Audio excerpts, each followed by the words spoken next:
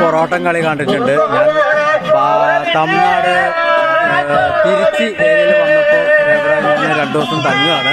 അപ്പോൾ ഇതിലെ ഞങ്ങൾ ഈ റോട്ടിൽ പോയപ്പം ഇവിടെ ഒരു പരിപാടി കണ്ട്. സംഭവം നോക്കിയപ്പോൾ ഉണ്ട് ഇവിടെ പൊറോട്ടം കളിയിൽ അതേ മോഡലിലൂടെ നടക്കുകയാണ്. തമിഴ്നാടും പൊറോട്ട കളിയുണ്ട്.